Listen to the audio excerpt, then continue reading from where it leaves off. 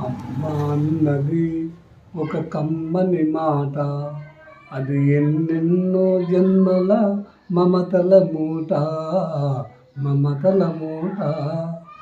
అమ్మ అన్నది ఒక కమ్మని మాట, అది ఎన్నెన్నో జన్మల మమతల మూట, మమతల మూట.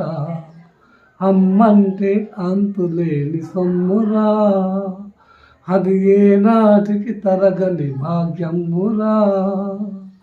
అమ్మంటే అంతులేని సొమ్మురా, అది ఏనాటికి తరగని భాగ్యమురా. అమ్మ ఉన్న ఇంటిలో లేనిది ఏది, అమ్మ ఉన్న ఇంటిలో లేనిది ఏది. అమ్మ అనురాగం ఇక నుండి నీది నాది.